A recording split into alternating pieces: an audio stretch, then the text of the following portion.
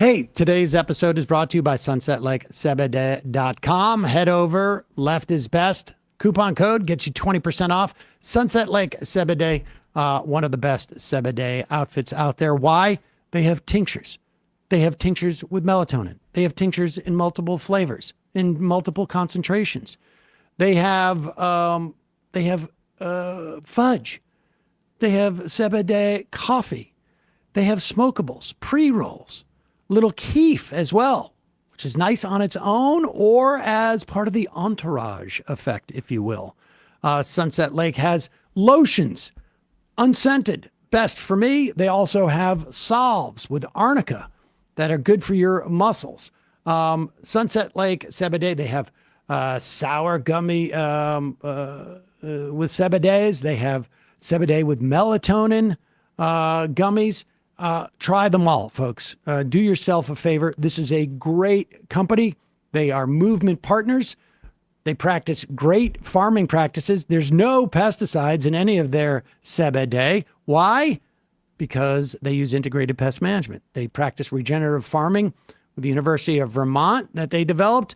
So they take care of the land. Like I say, they're also movement partners. They've contributed thousands of dollars to things like strike funds and to refugee resettlement, to criminal justice reform, carceral reform, Innocence Project. They've contributed money to food pantries. Just a great all-around company, mostly employee-owned, $20 minimum wage when they're harvesting. SunsetLakeSebede.com. Left is best gets you 20% off. They're longtime fans of the show. Support these folks and do yourself a favor. They have a great product. And now it is time for Emma and the show. The Majority Report with Sam Seder, where every day's Casual Friday. That means Monday is Casual Monday, Tuesday, Casual Tuesday, Wednesday, Casual Hump Day, Thursday, Casual Thurs, that's what we call it, and Friday, Casual Shabbat. The Majority Report with Sam Seder.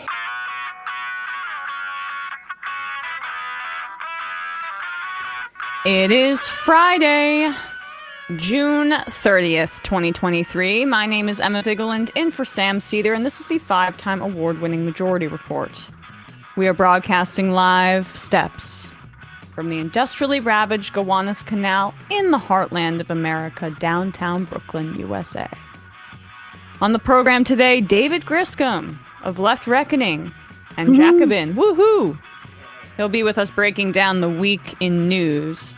And later in the show, Chill Goblin, recommended to me by one of our viewers. He's a comedian, leftist YouTube video essayist, and he will be with us to talk about his work. Meanwhile, the Supreme Court overturns Biden's student debt cancellation, a massive, massive blow to over 40 million borrowers in this country. They also ruled in favor of the graphic designer who wanted to discriminate, hypothetically, not even something that happened to her, against same-sex couples in the future. A pair of disastrous decisions as their term or their Supreme Court calendar closes out. They also sided unanimously with a postal worker who refused to work on the Sabbath. Sam Alito, his wife, apparently leased land to a fossil fuel company at the same time that that company's case was being heard in front of the Supreme Court. What? Now friends can't lease land to fossil fuel companies? When their husband is ruling on it? And then, are you shocked to hear that Alito sided with them? Let them live. I mean, can't anyone have friends anymore? That's what I want to know. Inflation is down, jobless claims also down in latest economic figures.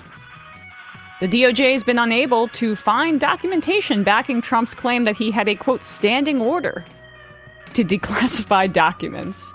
It's probably on that same, like, secret island where Hunter Biden's the whistleblower is for the Burisma thing. Judge rejects Trump's presidential immunity defense in E. Jean Carroll's second defamation suit. A man wanted on charges related to January 6th found with weapons outside of Obama's D.C. home. George Santos to appear in federal court today in his fraud and money laundering case. California State Task Force recommends reparations for black residents on the basis of housing discrimination and mass incarceration. Former Speaker of the Ohio House, Republican Larry Householder, sentenced to 20 years in prison over bribery scheme. Hundreds more arrested after another night of protests in France over a cop killing a 17-year-old. Jury acquits sheriff deputy who failed to intervene in the Parkland shooting. And lastly, the top Russian general who reportedly knew about Prigozhin's mutiny plans in advance appears to have been detained by Russian authorities. All this and more on today's Majority Report. That was an especially long headlines from me. I was like, I need to book it at the end because I just have so much information that I want to get to you guys. And I don't know how to edit myself. I'm like a Substack writer. But a Substack speaker, maybe. Yeah, I'm Put it in notes, Substack notes. You know, I'm glad you included that bit about like the stuff going on in France now. I think the soccer player Mbappe has sort of like not sort of tweeted out, but in a very muted way because there's the same sort of racism in reaction in France. But it just reminds me of, and I can't remember what the guy's name is, but it's like one of the libertarians who is like, you know, talks very well on anti-war issues on Tim Pool, for instance, but was calling all the George Floyd stuff like a color revolution, CIA funded for the Democrats, whatever. And the idea that communities don't react very strongly against like the state armed forces killing people extrajudicially is just ludicrous. I was in London, actually, coincidentally, during the Tottenham riots in 2012. It is the same thing. Like, this is not...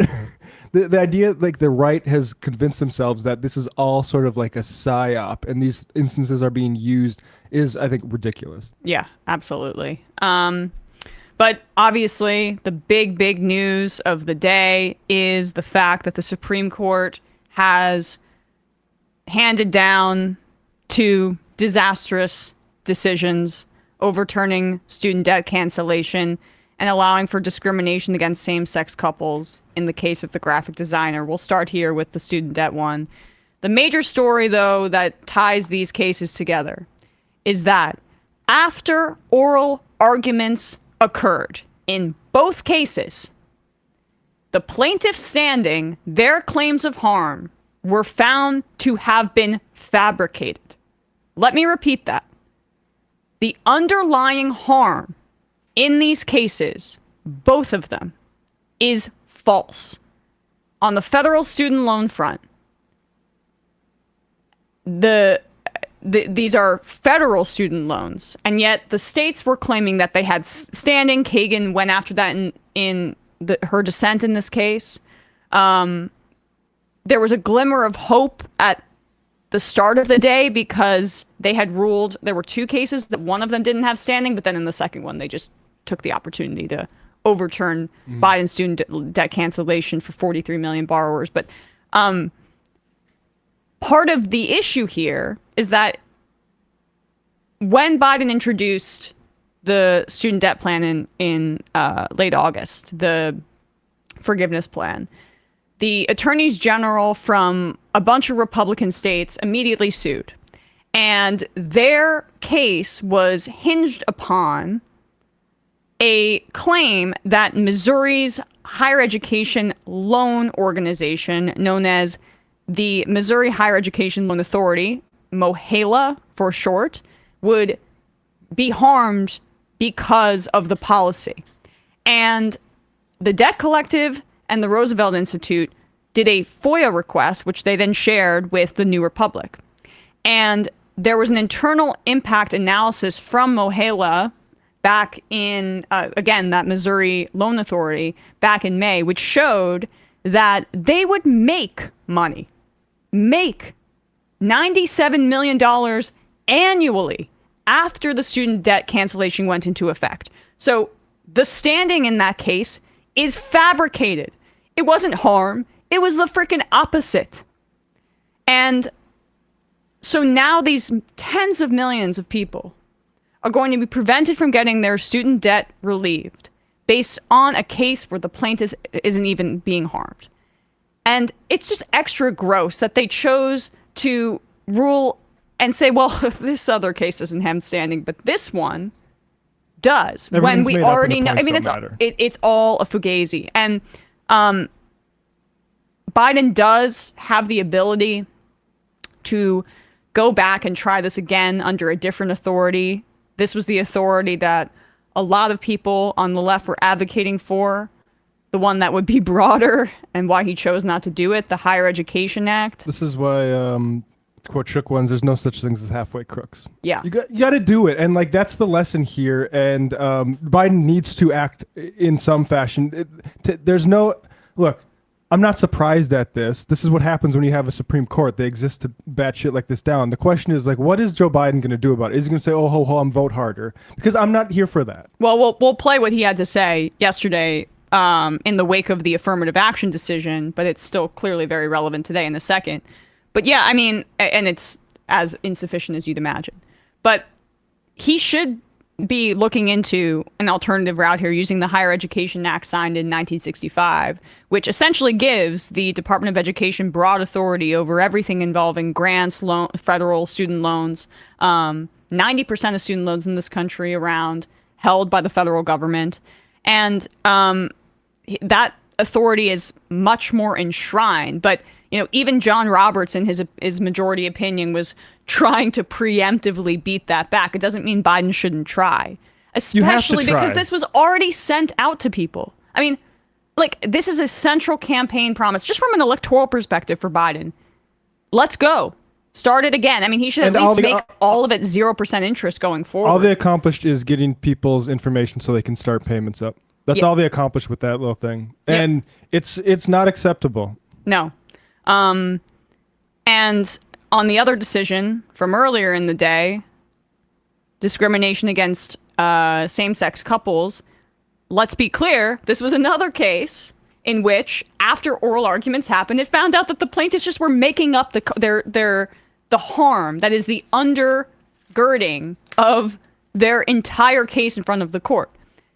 It was fabricated, the New Republic found. I want to give Melissa Gira Grant a ton of credit for finding this and speaking to the person on the filing to make this clear. But that in this case, 303 Creative LLC versus Elenis, it was about a Colorado law that banned public serving businesses from discriminating against LGBTQ people. And that also included saying, like, I'm not going to serve X, Y, and Z, publicly saying something like that in preemptively, essentially. But the plaintiff, this woman named Lori Smith, who's really just backed by the Alliance Defending Freedom, which is the major right-wing Christian group funding the anti-trans bills throughout the country, the anti-abortion bills throughout the country. I mean, they're the big boogeyman of, I would say, the 2020s, right? Like, we were talking about the Koch brothers, all of the 2010s, and this is, I think, one of the next frontiers in right-wing efforts to beat back progress. But it was essentially a lie by the Alliance Defending Freedom, her legal team, and the plaintiff. And this is what the New Republic found yesterday before this case was handed down. Long before the Supreme Court took up one of the last remaining cases, it will decide that this session, the 303 Creative vs. Elenis case concerning a Colorado web designer named Lori Smith, who refuses to make websites for same-sex weddings and seeks an exemption from anti-discrimination laws, there was a couple named Stuart and Mike. According to court filings from the plaintiff, Stuart contacted Smith in September 2016 about his wedding to Mike early next year. He wrote that they would love some design work done for our invites, place names, etc. We might also stretch to a website. Stewart included his phone number, email address, and the URL of his own website. He was a designer too, the site showed. This week, I decided to call Stewart and ask about his inquiry. No one had called him, essentially, the reporter discusses. It was the first time that he had ever heard of it, apparently. Yes, that was his name, phone number, email address, and website on the inquiry form, but he never sent this form, he said. And at the time it was sent, he was married to a woman.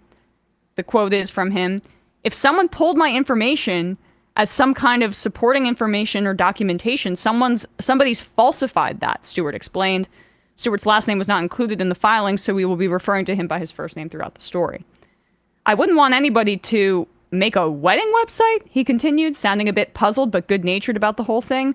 "I'm married. I have a child. I'm not really sure where that came from. But somebody's using false information in a Supreme Court filing document."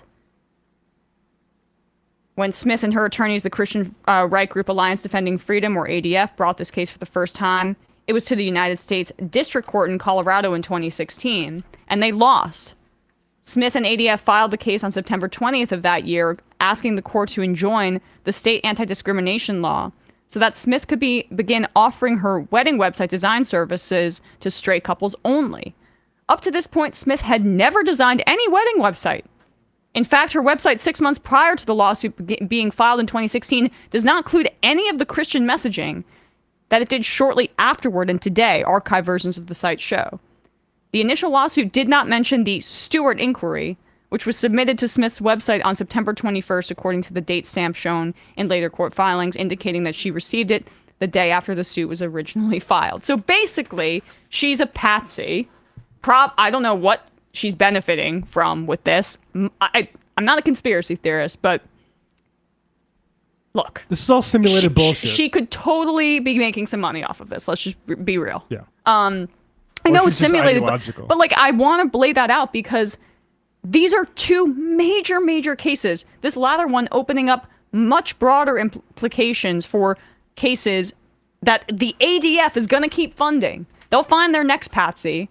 They'll find their next person who's going to be the face of their anti-gay hatred, anti-trans hatred. This kind of stuff is signaling to them, keep it coming. Keep it coming. We're going to do more of this kind of stuff.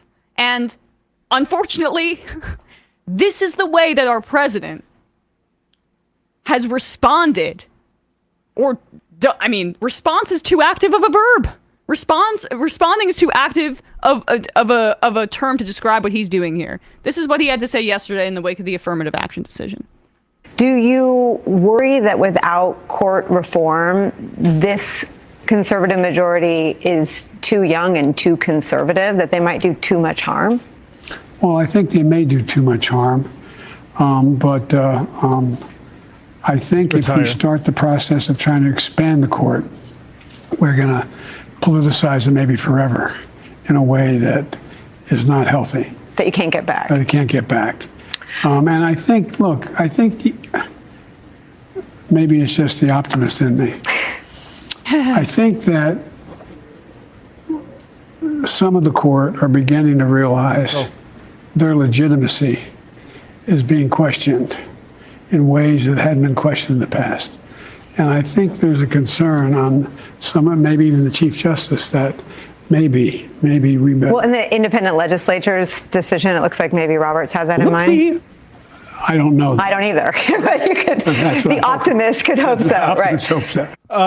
We didn't elect you to be an optimist, you old effer. Like, this is not about spending the court. Sorry, that's 2009. Mm-hmm. That we need to stop talking about expanding this slaver institution. Here's a little thing from Second Rate Democracy. I was looking up Judicial Review. Matt Karp wrote a really good thing in Jacobin, how Abraham Lincoln dealt with the Supreme Court. But this is an interesting section from a website, Second Rate Democracy, which I've never heard of, but I enjoy the name of. Many Americans would be surprised to learn that some other leading democracies do not consider judicial review as a necessary part of a democratic system and do not give that power to their courts. In Great Britain, for example, their highest court does not have the power of judicial review. Its job is to rule on decisions made by the lower courts, not to rule on whether laws passed by Parliament are valid. Mm-hmm. New Zealand has no judicial review, and the Constitution of the Netherlands explicitly forbids it. Finland, Luxembourg, Norway, Sweden, and Switzerland managed to get along without it as well. In these countries, it is thought.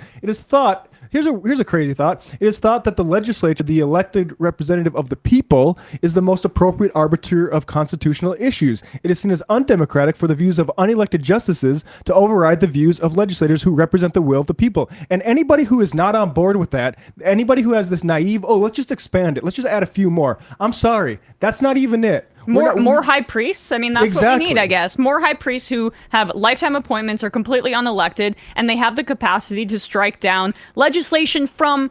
I mean, in the case of Colorado, this was their own anti-discrimination law. This was their own anti-discrimination law, and they're essentially saying, nah. Because Whatever. it's there But- for the purpose it's serving. It's not there Yes. to actually like to pull these threads of what's legally going on and all the nuance. It's there to control you. But I'm walking even my statement there back, really, because the broader problem is their ability for judicial review on the federal level.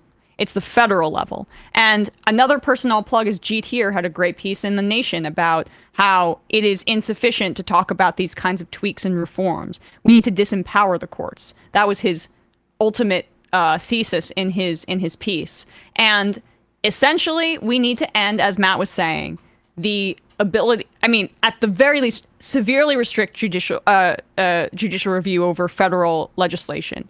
Bottom line. And Biden's response there, has anything aged worse in a 24-hour period? I'm sure he would honestly have the same answer anyway today. Yeah. Because he's not able to meet this moment. No, he's not. There's no new tricks. In some ways, Biden has been better than I anticipated, but in terms of like these existential threats to democracy, and that's what this is. The court is acting as an anti-democratic institution. It should not have the ability to override these kinds of things. Yeah. And He's, it's funny, like, he's unable to meet it structurally in any way. Somebody in the chat, does Matt have the slightest plan to accomplish any of this, or are we going to keep having dorm room conversations? The dorm room conversations is this idle expand the court bullshit. Yeah. Yep. I'm going to put it in the exact same place we were last time.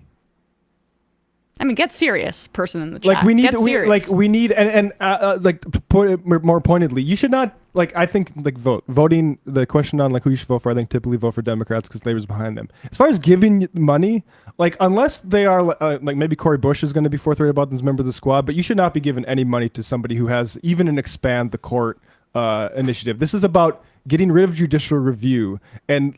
Like we've been propagandized, like from the I'm just a bill on Capitol Hill, the 3 co-equal branches. There should not be a third co-equal branch of unelected, monks in robes saying don't do that. Yeah, exactly. That's exactly. And I just want to say, I'm going back through Jeet's piece here, that this was actually a agenda item in the early half of the 20th century of progressives and leftists that was abandoned because they thought the Warren Court was on their side ideologically. But the Warren Court would never got there if that didn't exist. But look how that turned out, though, right? Look how that turned out. Of course it was not going to be static. And then the right had this incredibly well-orchestrated, well-funded campaign on the side of the judiciary, and they got what they wanted. And the fact that there's so much money on their side makes reform way more difficult now since they've built up these institutions than it would have been back in the day. And so Biden has to understand that history. I have no faith that he does understand that history, and I have no faith. I'm sorry, we'll end here in a sec, but I have no faith that he's honestly even ideologically committed to student debt cancellation because he still did the bare minimum that he could have done. Exactly. And was like dragged kicking and screaming, it seemed like, to do it. And we had to undergo this like legal review process about if he could even do it. Yeah. And you know what? They might not care about doing it so much now because people are going to vote because of Roe versus Wade. Electoralism, I guess. All right. Quick break. When we come back, we'll be joined by David Griscom. Yeah. Why, thank you, Emma. Hey, folks, you know what I'm all about? I'm all about automating as much of my life as possible. I've got and finding any type of like digital service that'll do that for me. I was using like that thing where sort of like if you do this, it does that type of thing. I've done that many times. I've got all sorts of like, I guess you call them life hacks. Well, I also have one for you that the digital world has made much easier, and that is mailing stuff, particularly if you ship often. You can let stamps.com do the hard parts for you. You can print postage and shipping labels not by going down to some store or to the post office, but in your home or your office. And you don't have to wait until from 9 or 5 or PP. It doesn't matter. It is 24/7, 365. There are no long lines. There's no complicated setup. Postage rates went up again, but Stamps.com has the best discounts in the industry. They have amazing partnerships with the USPS and for UPS for unbeatable rates, up to 84% off. Plus, Stamps.com automatically tells you the cheapest and fastest shipping options. That in and of itself saves you ages, it seems to me. Stamps.com has been a postage partner for 25 years. They have been indispensable to various businesses, including mine. Back in the day when I used to do the DVDs for the membership, Stamps.com made it super easy for me. When we go out with Cedar Seeds, that makes it super easy for me. And if your kid sells a bunch of stuff using services where she keeps selling clothes online, despite the fact that she thinks that she's making a business when it's just clothes that you've bought her, doesn't matter. At the very least, it can be easy for her to ship with Stamps.com. They have a long-standing relationship, like I say, with the USPS and UPS, getting those huge discounts. With Stamps.com, all you need is a computer and a printer. They send you a free scale. So you're going to have everything you need to get started. If you need package pickup, you can easily schedule it through your Stamps.com dashboard. And if you sell products online, Stamps.com integrates with all major marketplace and shopping carts. Check it out. Avoid the hassle, folks. Believe me, much easier to use an all-in-one service like Stamps.com. Get started with them today. Sign up with promo code Majority Report for a special offer that includes a 4-week trial, plus free postage and a free digital scale. There is no long-term commitments or contracts. Just go to Stamps.com, click the microphone at the top of the page, enter the code Majority Report. One word. Check it out. We will put the link in the podcast and YouTube description.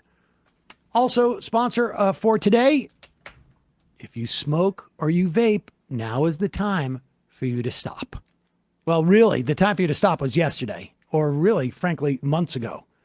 But got an easier way for you to do it. Zippix nicotine toothpicks. Zippix brings you a totally satisfying, convenient, great-tasting way to curb your nicotine cravings and help you stop putting smoke or vape in your lungs. Fact is that it's a nasty habit either way. We don't even know what's in those vape oils, frankly. And now you can get your nicotine fix at any time. Doesn't have to be, you don't have to, it doesn't matter if it's like a band at the ball game or on an airplane or wherever it is. Zippix toothpicks give you an easier, healthier, and better way of getting off of those things that you're smoking. They're available in 6 great flavors. They have options in 2 milligrams and 3 milligrams of nicotine.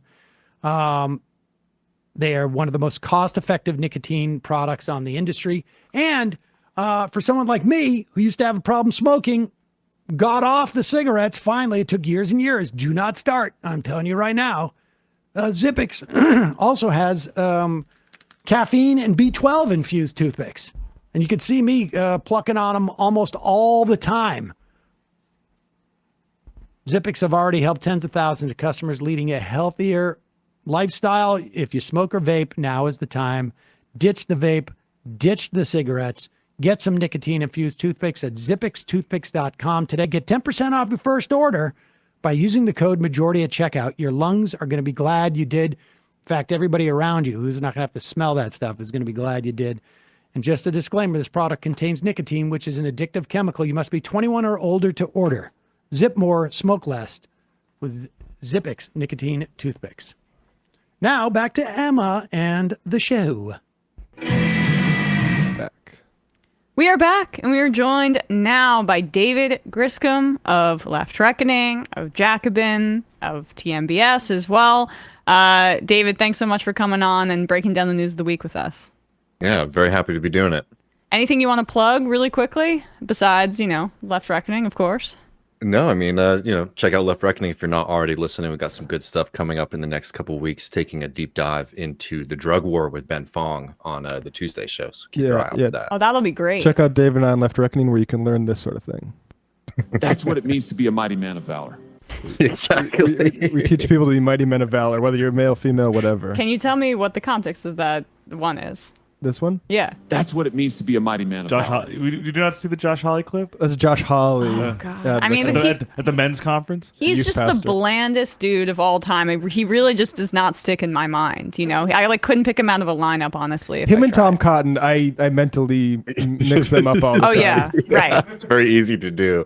They really are like fascist extras in some sort of historical Well, they're Ivy drama. Leaguers in, the Missouri River Valley. Yeah, right. Him, Cotton, and JD Vance make up the new Senate Dead-Eyed Freak Caucus. Mississippi, sorry, I Absolutely. got my river wrong. Absolutely. Yeah. Mississippi River. Oh, Correction. okay. Yes, Not yes, Missouri. yes. Good you did that.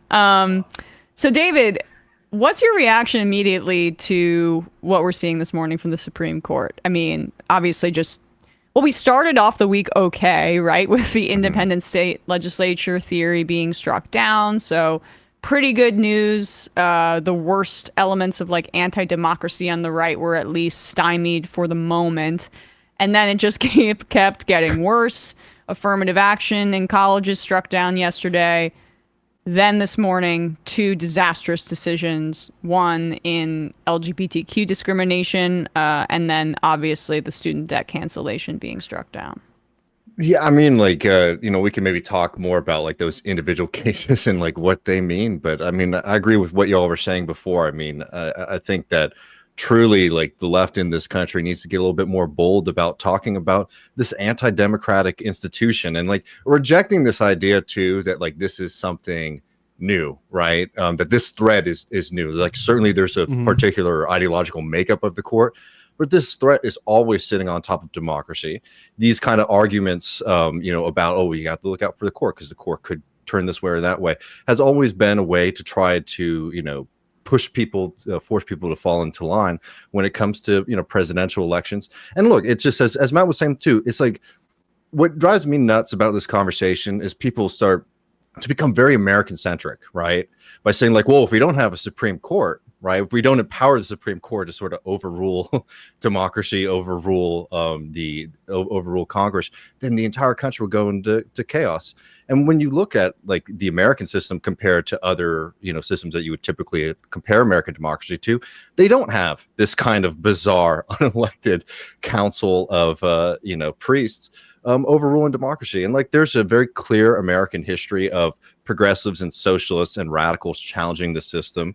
I think one example that's really important to make is like what kind of ideological makeup of the court do you think there was when Lincoln was the president?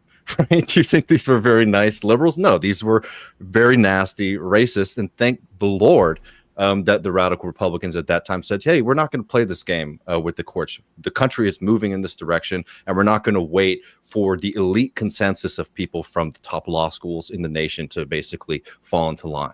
I mean, and Lincoln, one of our great presidents, FDR, another one of our great presidents who was incredibly adversarial with the court. Like, I mean, I remember still reading him in history books about his threats to pack the court too, right, at that time. And I don't think they're as viable now, right? But at the same time, it was more representative of him being adversarial with them. And history has vindicated that kind of aggression because it was just. Even LBJ, like that whole period, I think we have like the Robert Carroll Master of the Senate, which is a great book, but it leads to sort of like, he was just able to like sort of technocratically figure out how to glad hand well enough. But like there was an entire rhetoric on the civil rights movement that the Senate is this institution that we know it is, which is an anti-democratic check on the people. And and people that think like, oh no, let's just do the half measure where we grant that, we do need to check on the people, but let's just reform it so it's not checky too much. Yeah, it's a waste of time. And like also I think too recognizing that the court understands itself as a political institution, right? Right. It understands that like it has a worry, for example, about public outcry, right? It's willing to do a lot of these things that we're seeing this week that are wildly unpopular. But when you look at successful movements like with LBJ or FDR or Lincoln, with it is because those politicians recognized that this court is very worried about seeing that power be stripped from them. Yes. By a political challenge. So yeah, I think it's 100% valid to talk about these things, and it's very frustrating to see. I mean, there is this kind of bizarre cult around the courts, particularly with liberals.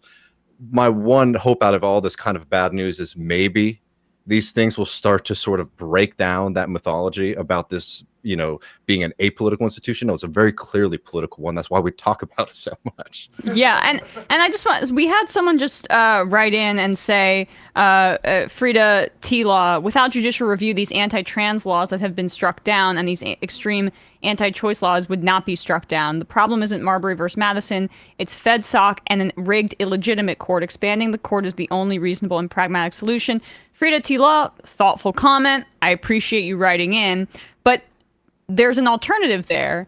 If we didn't have those judicial review systems, you could have a strong executive in power that would say, screw you, you are in violation of anti-discrimination laws and the Equal Protection Clause, for example, and this is the federal government overriding that. Then that could play out as well. But I do not believe in, and I'm not even saying necessarily that judicial review would have to go away tomorrow, but it has to be severely limited. There is no other option. Packing the court just allows for more seats, and there are plenty of guys on the bench that are all funded by the FedSoc people that you discuss that could fill those seats in the end. I mean, it really is, not to continue with the seat metaphor, but shuffling deck chairs on the Titanic. And I'm sorry, we're not going to get anywhere near expanding the court a single person unless there's an actual threat of this. This is again, it will require a major action by Congress, probably, right? And that's going to take a movement of people, but we're not going to start the movement saying actually the goal of the movement is to add another, Harvard liberal onto the court is, again, a waste of time. Yeah. And on these major issues human rights for trans people, human rights for queer people, affirmative action, etc. These court decisions don't settle them. In fact, they suspend them, right? Look what happened. People had sort of assumed that abortion rights were enshrined in the U.S. system, and we're seeing, in my home state and states across that country, that's gone, right, for people. Yeah. And why did the Supreme Court make that ruling in the first place? People sometimes, I think, have a misremembering of even these kind of decisions that people uphold as more progressive or whatnot. As the court got together and they just sort of saw the wisdom of the arguments from the other side. It's no, there were massive social movements that were winning across the country. And the court made a decision that was in line with these social movements. The idea that the court just is delivering these under people, that they're not responses to the actual political conditions in the country, is just wrong. And then the danger there is that it puts these things under threat, where then later the makeup of the court changes, decades later, it can go away like that. Totally. And I mean, it is also important to remember that when they are more activist, they honestly trend to be reactionary. Plessy v. Ferguson is a great example of that, where this is going too far and we are going to beat back racial progress in this country actively. So that is a part of the history of the Supreme Court that does not fit into the American mythology, and someone who loves Hamilton the musical may not find it to be palatable, but that's the reality of American judicial oversight in this country. Yeah. And I see people who say, well, don't just pack it with one person, pack it with dozens. It's if you can pack it with dozens, why are we still keeping this institution around at all to say actually the EPA doesn't have that right to do that?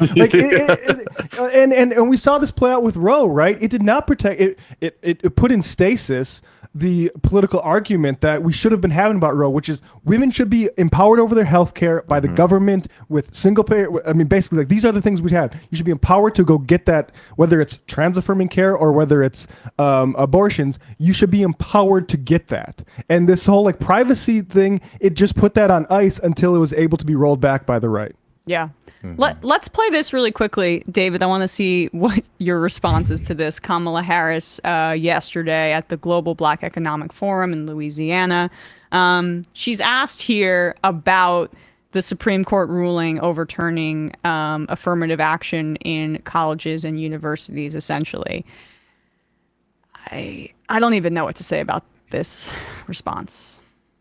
Talk about your joy and leave us with some hope and some optimism, because we are still here and we still have good trouble ahead of us. Well, give me a minute. Give her a minute. Joy. Joy. That in spite of the fact that a 6-3 court just undid affirmative action, that there is probably one of the most brilliant dissents that any justice of the United States Supreme Court has ever written, and her name is Justice Ketanji Brown Jackson. Joy. Joy.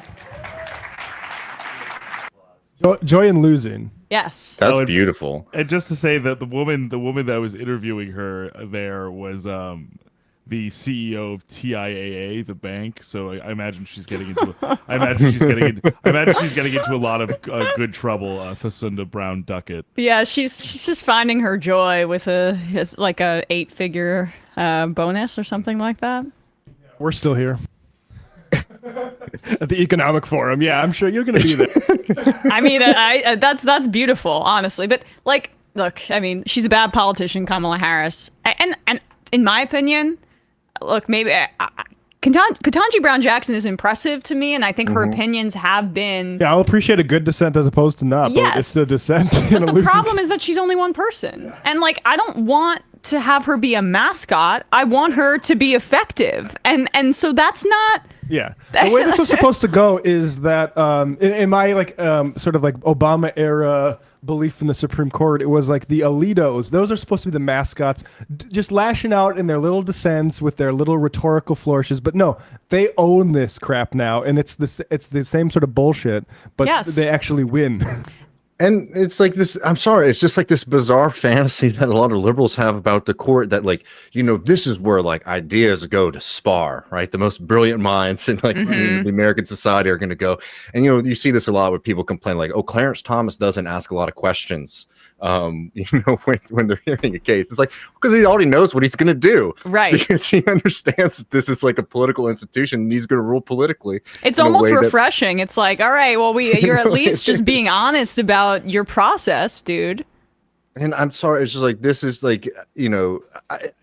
think Harris is I think a very bad politician to the masses, but she's very good at speaking to her class basis or the kinds of people in the leadership of the Democratic Party and sort of surrounding it. We're just we lost, but man, I put the best footnote in that dissent. Oh, we lost pretty. We lost pretty, right? Our form was impeccable, and even though we were trounced 42-17, we stuck to our game plan. We really did. And it's just and politically, this is one of these things that infuriates me about the way that the Democratic Party fights institutions like the Supreme Court or the Republican Party in general.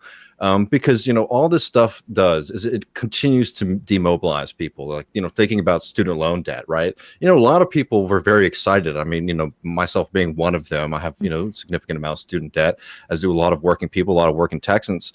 And remember what those calls were like when that decision, when they came out, I was you should have done more or whatever. But yeah, this is going to be very helpful for people.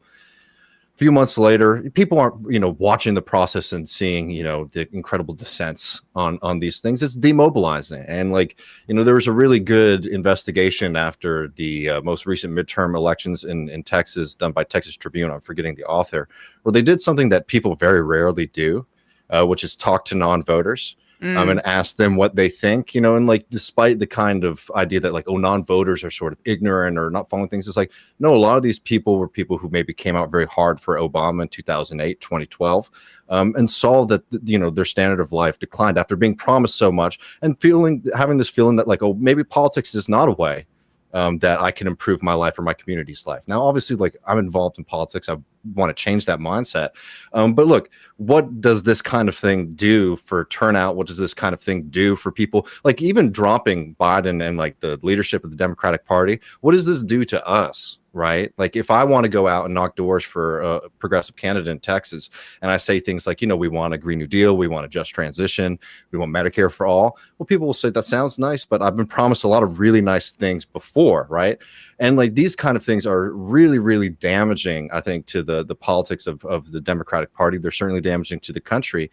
The one thing that they're really helpful for with them is fundraising, getting more money and paying for more staffers and consultants, and also using it to sort of browbeat the left that the left is the left is always to blame for for political failures of the ruling party. Yeah, I mean, you talking about how disempowering it is I think really key because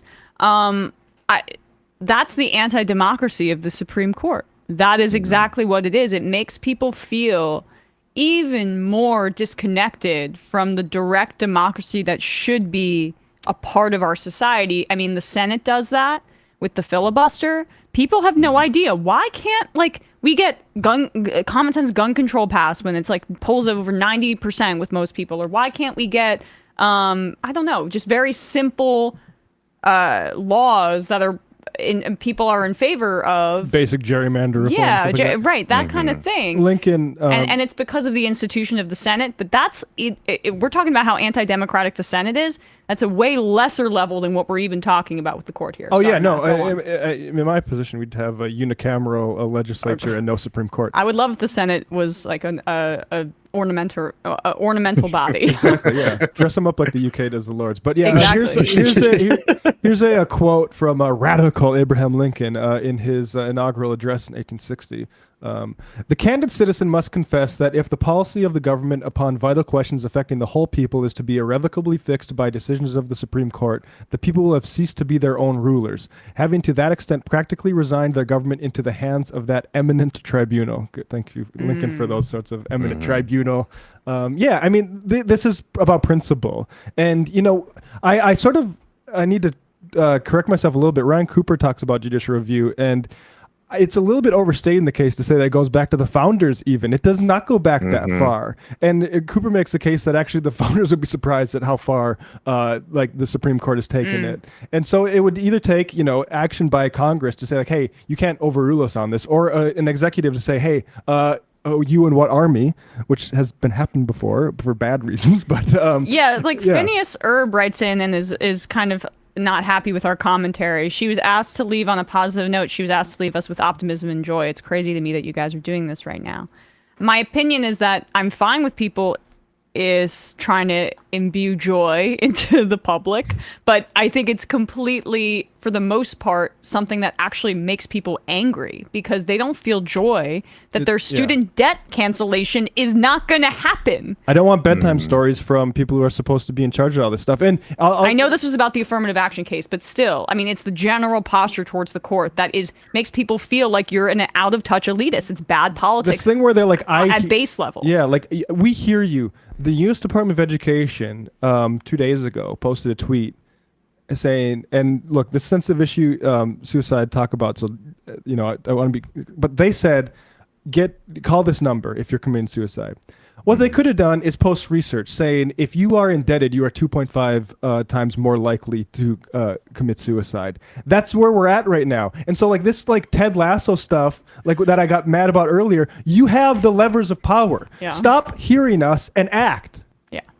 And on top of this, I mean, for the group of people who are supposed to be the Supreme Court understanders or the politics understanders, right? They understand the threat of the right. They understand the threat of the Supreme Court, right? That's why they say to left, settle down on these things, right? Well, where is this when it comes to policy, on the student on the student loan question, right?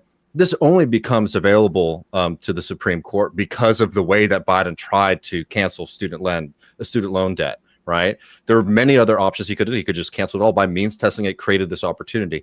We'll see what he does. I'm not very, confident that he's going to come up with the solution here. But you get this, or other things like Obamacare, for example. Right. When that goes to the states are going to undermine it. right? And there are certain states where Obamacare works better than others, right? The states like mine, right, where you have the right and control, they undermine it. Yes, the right is doing that, but this is also what happens when you create policy that gives the right and the Supreme Court and all these other anti-democratic forces out there the opportunity to undermine these things and to make them unpopular because they become ineffective. And this is the thing that is like, it's always like, oh, it's a big surprise that the Republicans are going to undermine a political program put in place by a Democrat, or the Supreme Court is going to rule against something that is universally helpful to a lot of working class, poor, and people of color. In the case of like the student loan cancellation, right? It's always like, oh well, God, they're just so wicked and evil, aren't they? And like what we need to do is just sort of remind ourselves that we're the good people in the story and they're the bad people. Nah. It's at this point, it's like we need to win. It is just unacceptable at this point, to continually bang on about the Supreme Court, bang on about the danger of the Republican Party, and then to falter against them at every chance and opportunity, every conflict. Right. Back up your claims about how dangerous they are with action that is commensurate with their danger. I mean, I think that's my tact. But let's transition to away from the Supreme Court before my head explodes. You wrote a piece along with Alex Burnell in Jacobin about this new legislation called the Death Star Bill, or HB 2127, in the Republican-controlled state legislature in Texas. And I had seen the part about how Greg Abbott basically overruled statutes in Austin and Dallas was the other city that mandated water breaks, especially in the midst of this extreme heat that we're seeing in Texas, and we will continue to see due to climate change, mandating water breaks for construction workers who are predominantly non-white, migrants in some instances. I mean, that was like the top line element that was so egregious. He just essentially said, yeah, screw you and your democracy in these cities. I'm going to override this and make sure that the workers don't get water breaks, and then banned the ability for similar legislation to be passed in other areas of the state. That was so egregious, but you write about how much more there was, if you don't mind starting at the water break thing and then branching out about what's going on in Texas. Totally. I mean, this is called the Death Star Bill by the Texas AFL-CIO because it is like one of the most damaging pieces of legislation that we've seen in Texas politics in a while. I will just say, like, for me, I always try to figure out how to cover these things right and how to write about these things. And like, you start with the water break stuff because it is so egregious, and stuff like that's personal for me. I used to work in concrete. I used to, in construction out in the hot summer sun, and I know what those conditions are like. And I also know how little many bosses care about the safety and the well-being of their workers. We've seen horrific examples. A lineman died recently in East Texas. I believe in Dallas, someone else died from heat exposure. In the Tesla Gigafactory, a worker died from heat exhaustion as well for building Elon Musk Gigafactory around here. So yeah, it is something to be like very up in arms about, because it's absurd. And also like the water break provisions, I'm not trying to come at all the people who fought really hard to win them. They're like 10-minute breaks every 4 hours, right? Like these are very, very marginal protections, and people deserve even more. I mean, that's the sort of thing any worker should be empowered to do just at any point they wanted to. Right. And of course, people get water breaks even without these things. But the thing is that these have to be mandated and pushed because there are plenty of institutions and bosses and companies out there that will try to force people to work in dangerous and unsafe conditions. One thing I think is really important too, just on the water break thing in general, is like we definitely need to have federal heat standards in this country. It's absurd at this point that we don't, and it's life and death for many people. But yeah, so this bill, so on September 1st, those local provisions in cities like Austin and Dallas will go away. But it's so much broader than just the water break issue that I think it's really important breaking down what exactly this bill does, because the water break thing, is taking the headlines because it's so egregious and so clearly cruel and anti-worker. But this is everything, frankly. That this bill covers. So this was put forward by Dustin Burrows in the House, Republican from Lubbock, and it's called a preemption bill. And what that means is it basically preempts localities and local and city governments from being able to pass any kind of rule or legislation on things that state code covers. So we're talking about things like water breaks. We're also talking about things like fracking bans. We're talking about environmental procedures. We're talking about ability to rule over healthcare, housing. Basically, it strips local government in the state of Texas from being able to govern. And it's been presented as that. Dustin Burrows was being interviewed by this right-wing organization, and he said it's really a stay in your lane bill. And a lot of these local politicians will be happy because it means that the only thing that they're really going to have to be worried about doing is filling potholes and not having to answer big questions about governance. And we'll have to see how this plays out in the courts. I'm not very confident, but I don't want to preempt that and say that maybe, things won't be rolled back. But what this really is about is it's about denying people in Texas the right to participate in politics. And it goes along with a lot of other attacks on local democracy in the state. I've written for Jacobin about how Greg Abbott, for example, has used the COVID-19 disaster declaration to overrule local and city ordinances on things like COVID-19, how he's used COVID-19 to redirect funding and funding Operation Lone Star. I think we talked about this the last time I was on here. Doing things like being able to recall district attorneys who are elected by the people in their district to sort of reflect the values and ideas that those people have about how they want the state to prosecute in their region. There's also a move to basically be able to strip and pull those people, those elected officials from their position if they sort of break with state government. Particularly, what that means is if they do things that Greg Abbott and the Republican-controlled ledge don't like. We could talk maybe a little bit about some ways to push back against it, but a couple of things I think are really important is like, one, this isn't just water breaks. I mean, this is pretty much every kind of labor protection that we have. This is pretty much every kind of healthcare protection that we have, every kind of environmental protection that we have that is put under threat by this if it contradicts with state code. The way that the Republicans and a lot of people have covered it is using their framing, right? Should we have less regulation?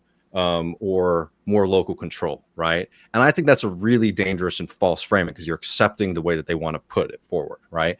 Because what this really is about denying the majority of Texans the ability to be able to influence their local politics. Remember, look, I probably participate in this a little bit too, right? The kind of mythology of Texas as this kind of rural state. It's not anymore.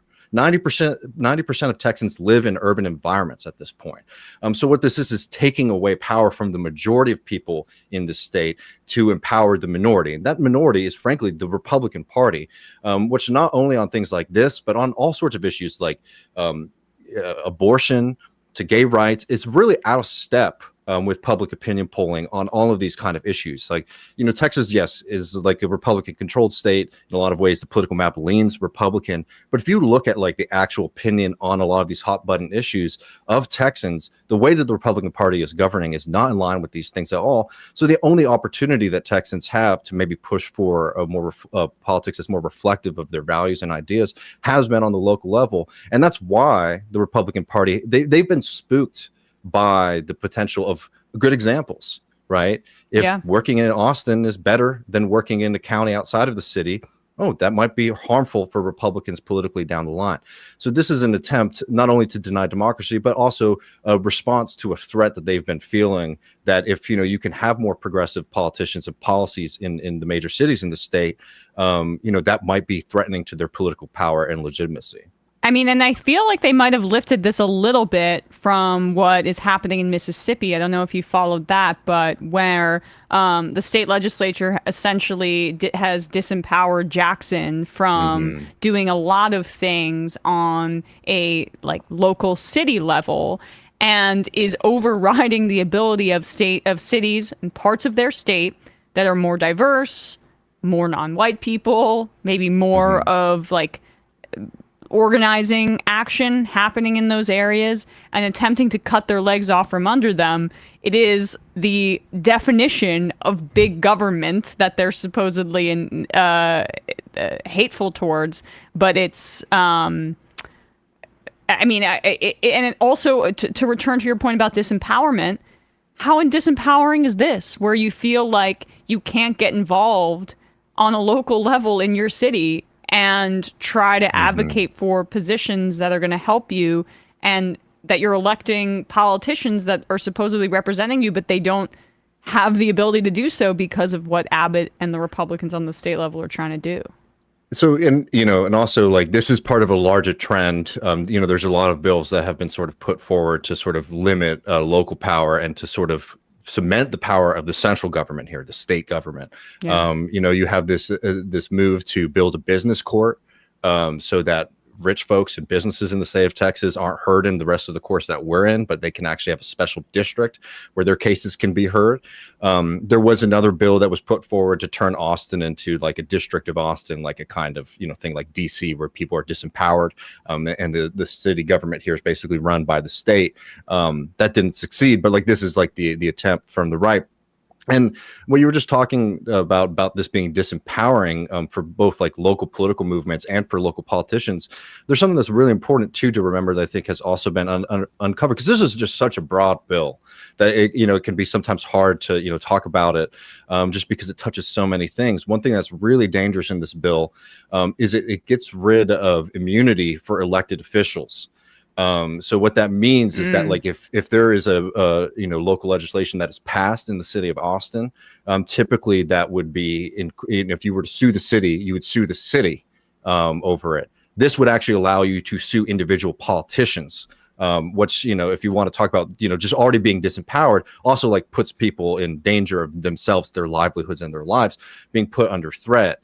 It also includes a change in venue provision, which would mean that like a county, for example, that touches Austin, the lawsuit could originate from a neighboring county and also be heard in that county. And remember, Texas, everyone knows the cliche, right? It's just like very progressive blue cities and then sea of red around them. It means that, you could have somebody who has a politician has personal liability for representing like their this. Constituents. That's insanity. It is truly, it's empowering to business interests outside of the cities. And like, it's extremely, extremely dangerous. We already have an uphill fight sometimes with working with some politicians, right? As I said, like there have been like a lot of progressive victories. There's a lot of great progressives in San Antonio. Greg Casar was, who's now a congressman, came up around here. Houston has been having a lot of success outside. Anyways, we could go through all the cities. There's a lot of great work being done on the ground. But this is a real direct threat. So like for those people who are more marginal, that you have to do a little bit of wooing, a lot of, push to get them to support common sense, progressive pro-worker policies. I mean, this gives them a big excuse to not pursue those kind of policies. That's why they call it the Death Star bill, because it really is something that is going to undermine decades of victories in the state of Texas. I think, I could talk a little bit about some of the ways that Alex and I were trying to cook up for people to figure out how to fight back against this. But I think one thing that's really important is just to continue with the framing of this, that this is not less regulation versus local control. This is about minorities trying to govern over majorities in the state. Well, everyone should check out that Jacobin piece. We're going to put a link to it in the description below so people can check it out, and also your work over at Left Reckoning, of course, and whenever you're writing there. I just wanted to read this IM. I'm very active on the IMs in the first hour today, but had to read this to you before we say goodbye. Dylan from Australia. I have what? That's a patron of ours. Oh, really? Well, no, it's actually, it's very nice. I have so much respect for David Griscom's ability to talk passionately and eloquently on a broad range of issues without losing his laser focus on how the left wins. He's the best part of Left Reckoning. Whoa. So it's definitely worth supporting their Patreon. Little sure, thanks, Dylan. Appreciate jab it. for Matt. Can I just say one quick thing, Emma, if you don't mind? Sure. Yeah, go for it. Last thing on this, I think it's just like, Matt is a very important contributor to Left Reckoning. So we don't accept that. Except, the heart and soul, really, in a lot of ways. But the last thing I just want to say really fast is like, okay, if the politics is blocked right now, it means that the fight has to go into labor. And just because these things are blocked on the state level doesn't mean on the political level doesn't mean you can't win these things in contracts. So for Texans listening to this means it is critical that you support the institutions like the Teamsters who are fighting for things like air conditioning and better protections for themselves, support the nurses who are on strike here at Ascension, and recognize that, like, even though the Republicans might be able to control the legislature and the state government, the vast wealth that is created in the state is created by the work of millions of Texans, and recognizing that you have a lot more leverage than you are told. And utilizing that to fight for yourself and your neighbors and your coworkers is the only way we're going to be able to get out of this kind of crisis. So no time for despair. It's time to get to work. Absolutely. David Griscom, thanks so much for coming on today. Really appreciate it. Thanks, David. Enjoy it. Thank you. All right, guys, quick break. We're going to then be joined by Chill Goblin. Woohoo! Can I just add one quick thing? Yeah. Excerpt here. People might remember this, but cited by Chief Justice John Roberts in the decision. This is Nancy Pelosi. People think that the president of the United States has the power for debt forgiveness. He does not. He can postpone, he can delay, but he does not have that power. That has to be an act of Congress. Marshall Steinbaum points out. Roberts cited Nancy Pelosi to make the case. Pelosi said this because prominent Democratic donors who nominally supported cancellation told her it wasn't their preferred strategy, presumably because Biden didn't want to be put on the spot. So yeah, vote harder. Jesus Christ. All right, quick break. Chill Goblin next.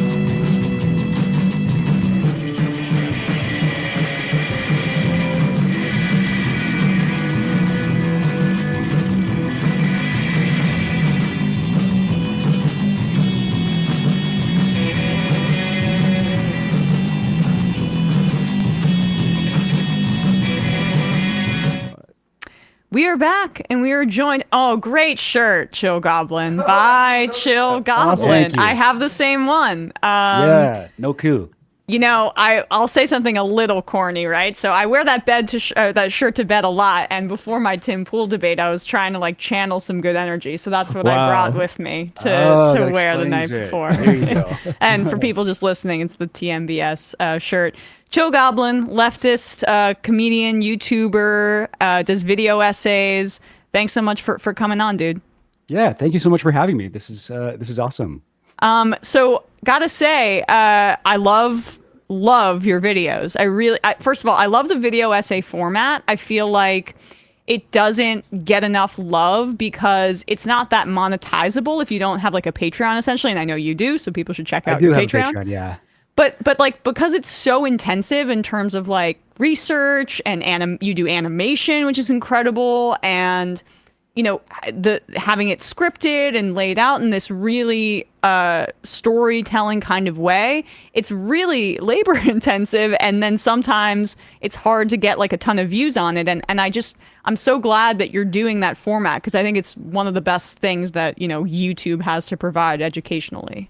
Yeah, thank you so much. That's a very nice compliment for me, because I work very hard on my videos, and my least favorite thing is when people are like, "Oh, Chill Goblin, yeah, I listen to your videos all the time." I'm like, I put so much art into it, man. Go watch.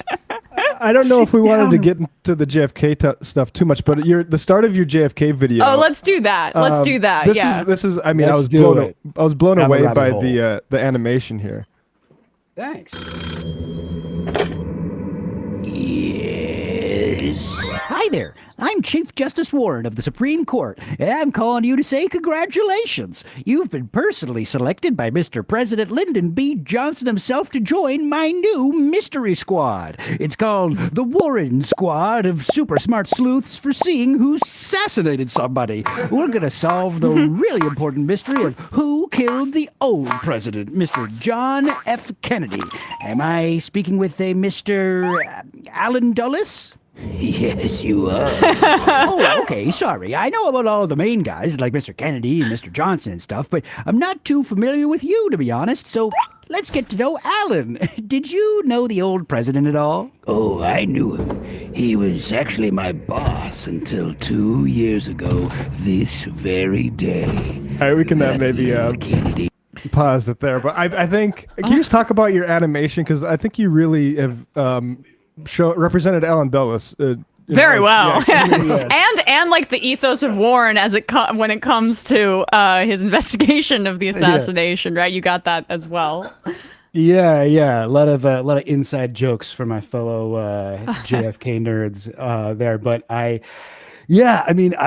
sort of have figured that from watching my YouTube analytics, the first 2 minutes of the video is the most important. So I usually put way too much work into the opening of the video to the point where you're already kind of hooked, hopefully, by the time you realize the rest of the video is way worse and lower effort. But no.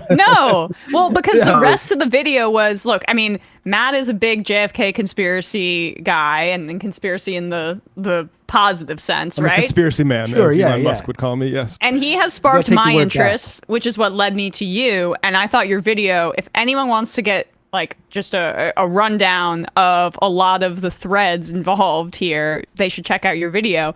But I mean, I gotta be honest, Chill Goblin, at the end, I was surprised that you didn't go a little further in your conclusion. Right, before we go to, sorry, let's let Chill Goblin, can you just give the overall gist of your video so we don't think of it as just some sort of a cover up, because I think it's actually really good, I think, at really outlining some of a lot of the connections, including that call between that you dramatize Warren and Dulles.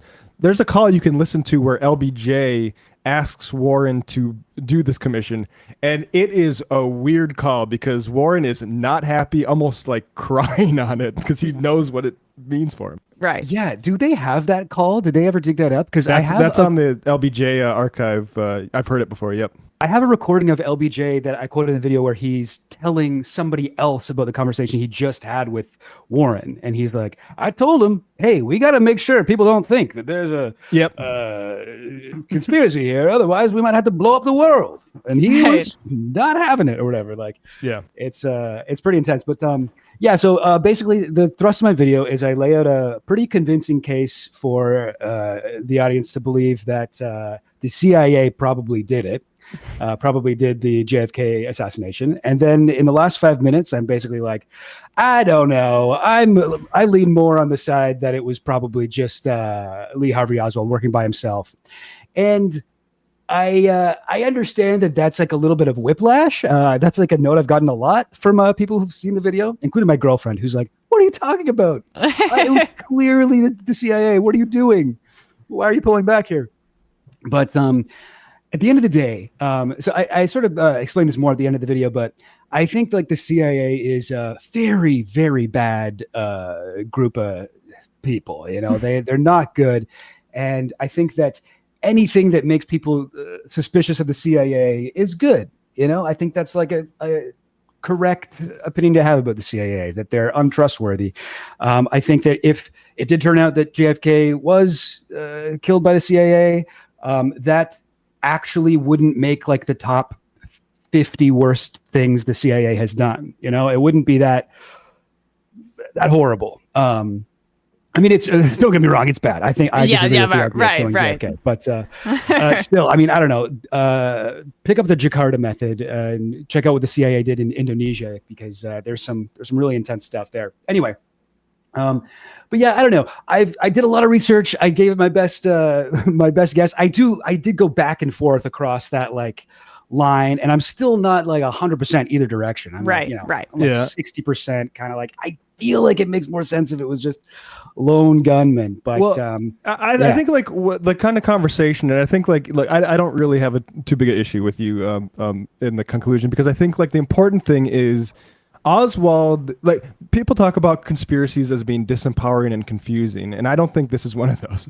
I think this is one where you look into it and you look at how the American government operated during the Cold War. Yep. And whether or not, and I think there are basically two plausible answers. One is there was, I think, like the conspiratorial side of me wants to think like there was a part of the CIA who was just not happy, and they're like, oh, we do these presidential assassinations overseas. We're not getting what we want here with regards to Bay of Pigs and all this other stuff that oil depletion allowance, whatever you want to put in there. We're going to do that here. And it's kind of a type of American exceptionalism to think that they just wouldn't cross that domestic line. Right. I also They think wouldn't there's do that. Exactly. Like, Yeah. right. We'll assassinate whoever in whatever country, but not in America. Yeah, and we know that they've killed Americans too. Like that, Right. Yes, 100%. And then there's the other thing, which is I think like the more or less definite one, which is that Oswald was a CIA asset of some sort. I mean, he was, in the military at Atsugi Air Base. A lot of he's like a Forrest Gump of stuff for a guy who like in his 20s. Right. And then the stuff he did in New Orleans with regards to like the Fair Play for Cuba Committee and then other things.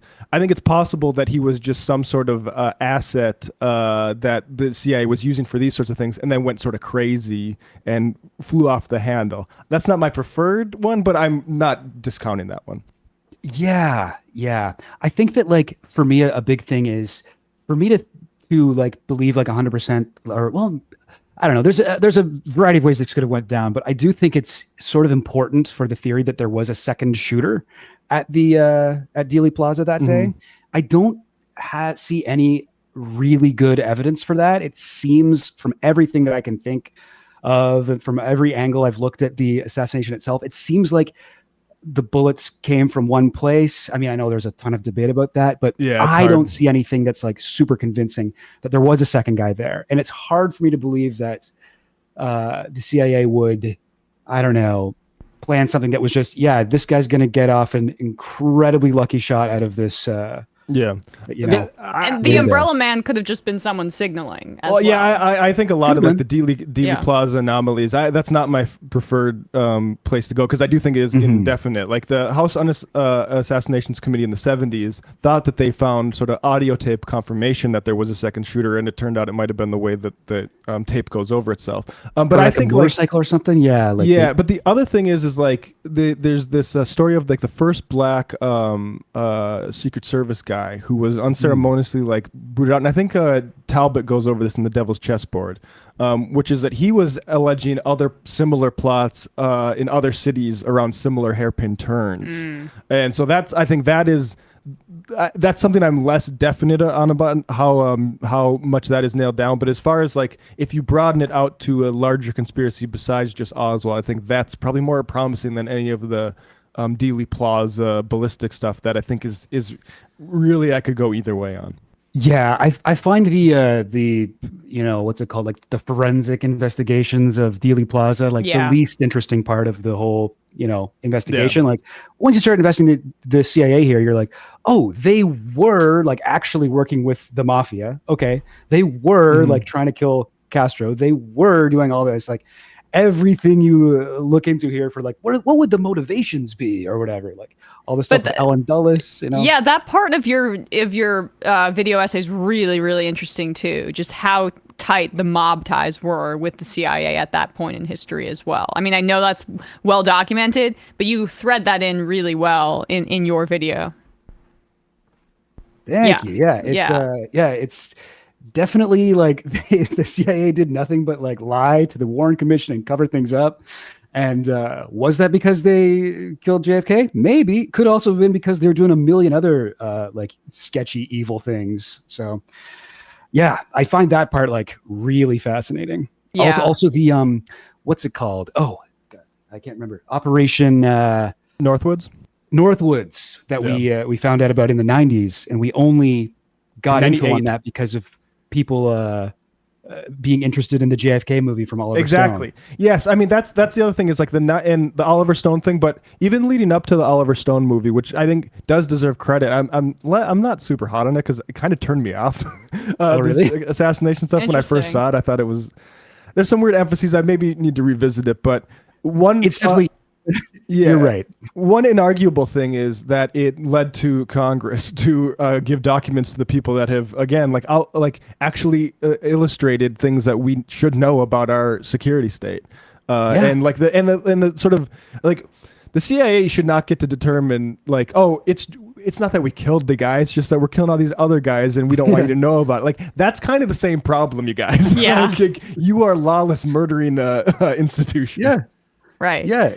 I mean, like, it makes total sense as a conspiracy theory. It's like, it's on a totally other, category from what people think of like lizard people and flat earth or whatever. It makes total sense. It's Foucault's boomerang. It's a organization that's supposed to kill leaders of other countries, and then you don't think that's gonna like come back home at some point. Even like it was crazy what was going on in the 60s, and it's not surprising that it would not be far-fetched to imagine that, oh yeah, we're training all of these anti-Castro Cubans in the forests surrounding the University of Miami to go invade them, and in the other place in Central America, we're training these invasion forces, and then all of a sudden the president decides like, okay, we'll do a covert invasion of the Bay of Pigs, but we're not going to do the overt invasion. We're not going to send our actual military to invade Cuba, which people need to remember.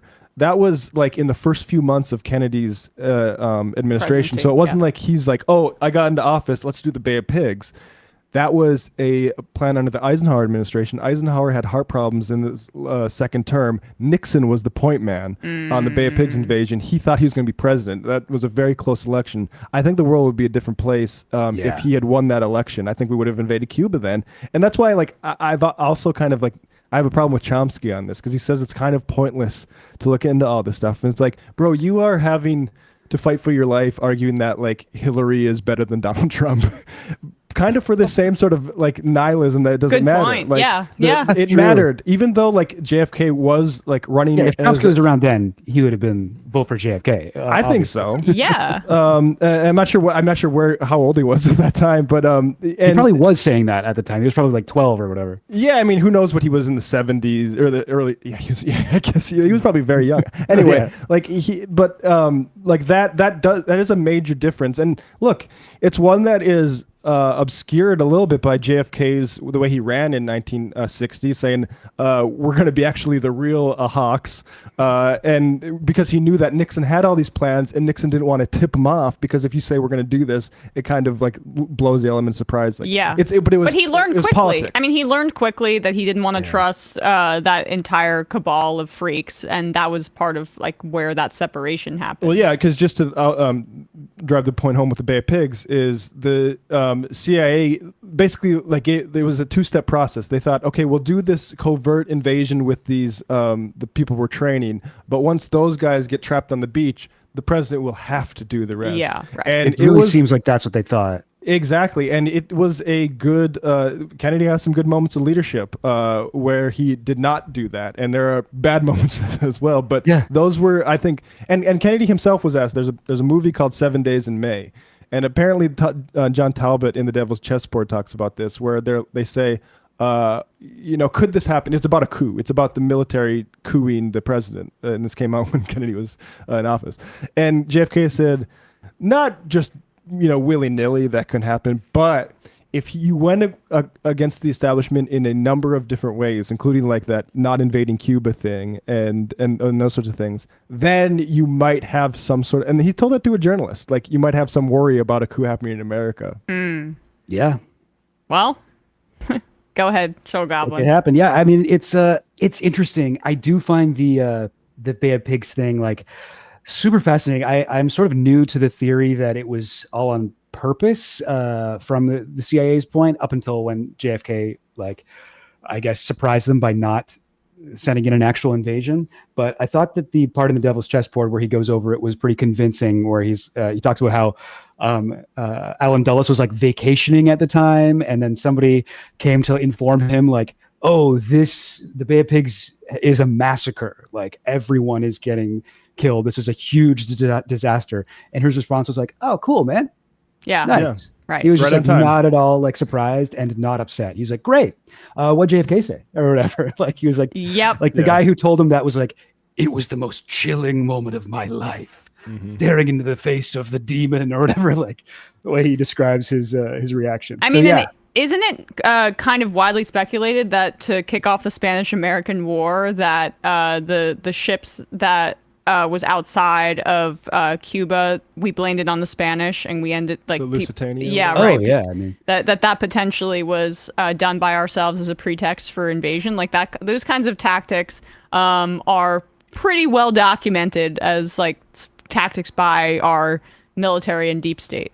yeah, Gulf of Tonkin. You know, like Yeah. there's examples of this. You know, it's not just Alex Jones stuff.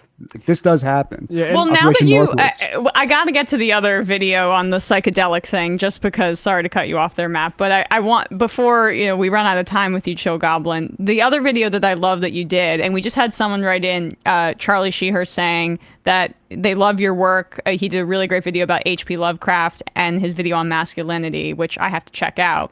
But one thing that I watched your video on psychedelics debunking the myth that psychedelics will intrinsically make people more leftist. Tell our audience a little bit about your research and what you found during doing that. I mean, I think it's like a really I don't know, tempting thing to believe that psychedelics make people more left wing.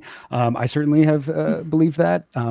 But when you look into like a lot of right wing people are doing psychedelics and more in like the public eye, talking about it. Like Joe Rogan's like the biggest advocate of psychedelics on earth right now. And it just doesn't seem the case. I think there's a lot of examples of even like far right, like Nazis taking acid and mushrooms, and just that cements their ideas even further. So I basically, my video is about that whole concept and kind of investigating whether or not having ego death, having, all these sort of like, I'm one with nature actually makes you more leftist, or does it drive into like blood and soil style fascism just as easily? And the funniest response I got to it was a bunch of centrists commented on my video being like, well, when I took psychedelics, I just learned that the left and the right are both equally bad. Oh. There you go. Yeah, it can even make you the most annoying person.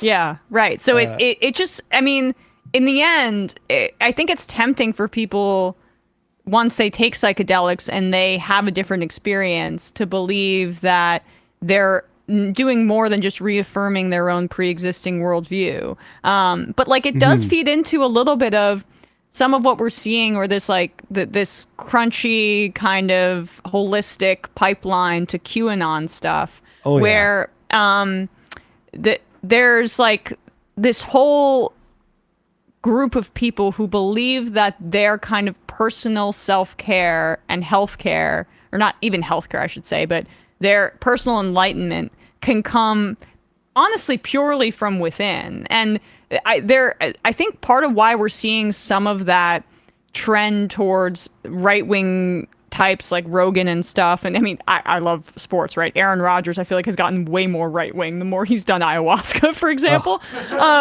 Brutal. But yeah, brutal. It sucks. But it's an anti-communal thing sometimes, where it's like all of my self actualization is going to come from within, and as opposed to learning and going outwards and socializing, right? I mean, I wonder what you think about that concept. Yeah, like the sort of like individualist sort of like nature of society, this like whatever, like alienation kind of complex that's going on all around us, and how that feeds into this psychedelic thing. I think that the way that psychedelics are being legalized and like, what's the word? Medicalized, I guess, where it's like, we're going to make psychedelics legal for you to take for $500 with a licensed psychologist or whatever. Yeah. Like, as opposed to like actually ending the drug war. Like, like even like Michael Pollan, the guy who wrote How to Change Your Mind, which is a really good book, I think, on psychedelics. But even he is kind of like of that school, where it's like, I don't think they should be legal, even though I did a bunch of them and wrote a book about how great they were for me. I don't think they should be fully decriminalized. And it does kind of, people go inward, and kind of you become very suggestible. Your ideas become, every idea you have is like an epiphany. And it can go in really any direction. I think it's, I don't know. The individual thing is definitely a part of it. Yeah, it just is a fascinating kind of turn where, like Rogan and all of them, they're selling you these quick fixes for your, I guess, sometimes mental health, sometimes physical health. If we're Alex Jones is selling, I mean, this is not psychedelics, but like brain force. Who knows or what's alpha. in that stuff? Well, yeah, exactly. And it's in the end, it's about consuming something, and not expanding oneself outwards. And that's not to say though that psychedelics aren't great. I've done some of them in my life. Like I get it. But Sure. the idea that there's a shortcut to making people. Oh, sorry, what'd you say? I said, sure, absolutely. Yeah, right. In Minecraft. Right, yeah. The idea that there's a shortcut to making people left wing as opposed to just like educating them about the world, I feel like is a fallacy. Yeah. Unfortunately, it would be nice if you could take a pill and then you'd be like, oh, wait a second. Yeah, Medicare for all. Let's do that. Or whatever. Right, exactly. Go ahead. Did you know there's a JFK angle to this psychedelics conversation? Whoa, full circle here. Whoa. One of the books. Is it the MK Ultra stuff with Lee Harvey Oswald? No, actually not. It's a little bit more like I guess scandalous in that. Mary Pinchot Meyer, who was a divorced Cordmeyer. Yeah, she divorced a CIA agent. Cordmeyer was having an affair with JFK when he was in the White House, including allegedly giving him pot. This is when JFK smoked pot in the White House. It was her, but she yeah, she apparently wanted to get him and Khrushchev to take acid and thought that they would lead to world peace. That's amazing. And also, she was killed under mysterious circumstances. JFK's death. That one seems like an open and shut case. That assassination. Yeah, right. A lot more. So it's like she got killed, like shot in the back of the head, and like the police were like, it was an expert that did this. And then what's his name? James Jesus Angleton got caught stealing her diary from her house.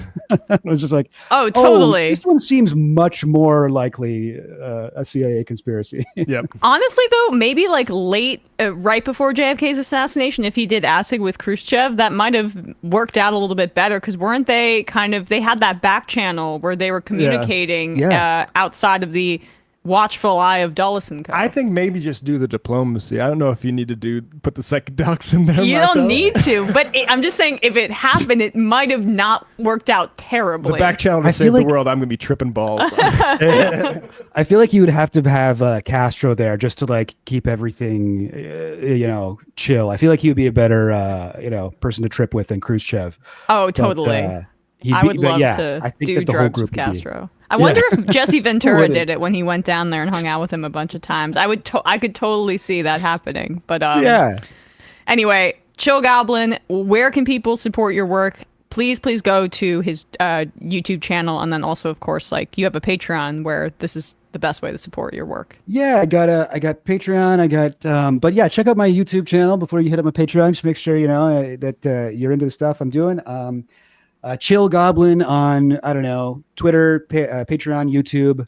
Those are pretty much the three things. But yeah, thank you so much for having me on. This is really cool. I have watched a ton of you guys, so it's nice to be on here. All right. Well, good to know. Appreciate your work, and check all that out. We'll put links in the descriptions for all of the things that Chill Goblin just plugged. Appreciate you. All right, guys. With that, we're going to wrap up the free part of this program. Head into the fun half. The number is 646-257-3920. That was pretty fun for me. Yeah. I mean, I'm sure you should talk to him more about it. I feel like people might not know. I was actually, before I did Literary Hangover, was planning on doing a JFK assassination podcast called. You should. Well, don't say what it's called. You might still want to do it. I might still want to do it, but I chose deliberately not to do it because I didn't want to go insane. Oh, so you should call it ML Ultra. Yeah, they're Matt Ultra. It's actually going to be called the whole Bay of Pigs thing, which is Nixon talking to Helms, who was a CIA director at the time, saying, "Hey, don't investigate this Watergate stuff." This is actually in the I don't know if this is in the Smoking Gun tape or not, or one close to it, but he says, don't look into that Watergate stuff because then we'll have to get into the whole Bay of Pigs thing. And it's deliberately vague, but maybe could be read into what happened after the Bay of Pigs didn't go the way that the CIA wanted it to. Well, speaking of your work, Matt, what's happening on Left Reckoning? Oh yeah, Left Reckoning. Check me, David, and Yasha Levine out for a very depressing conversation about the state of the Russian invasion of Ukraine and the what happened with Prigozhin and the Wagner Group. And check out ESVN. We did over-unders for win totals for the NFL season. We spoke about the NHL caving to the anti-LGBTQ mob, as well as some of the NBA trades that have happened. YouTube.com/ESVN show. All right, guys. Not sure if we'll have time for calls today. I just saw the time. We're going to be doing clips. Fun stuff, hanging out, wrapping up this week, which has been quite eventful.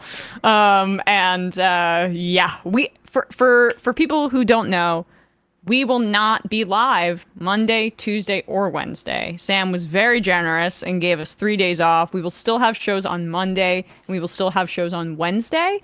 They're just going to be pre-recorded. So, great interview coming up on Monday. I don't want to spoil it, but with someone who's a hero in American history that Sam did in the past. And so check that out on Monday. Pre-recorded, but yes, still there will be some content for you guys. All right, and please, weirdness with YouTube ads. Become a member. Join themajorityreport.com. If you love our work, it really helps us keep the lights on. Helps us get paid. That's pretty nice since our health insurance. And that sort of that stuff. too. So all that kind of stuff. Join themajorityreport.com. Would really, really appreciate your guys' support. All right, see you in the fun half. You are in for it. All right, folks, 646-257-3920. See you in the fun half. Are you ready?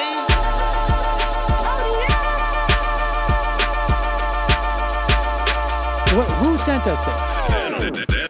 Anarchy. Alpha males are back. Boy is back. And the alpha males are back. Just as delicious as you could imagine. The alpha males are back.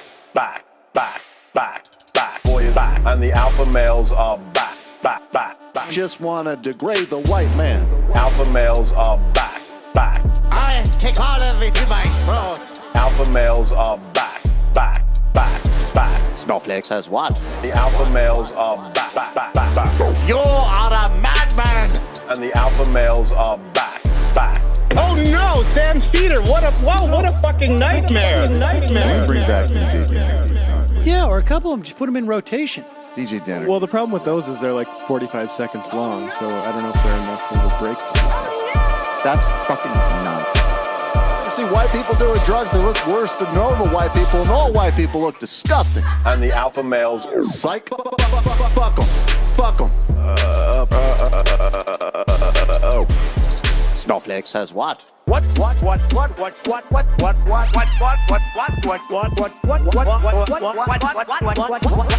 Snowflake says what? A hell of a lot of bank. A hell of a lot of bank. A hell of a lot of bank. Okay, I'm making stupid money. Hell of a lot of bank. A hell of a lot of bank. All lives matter. Have you tried doing an impression on a college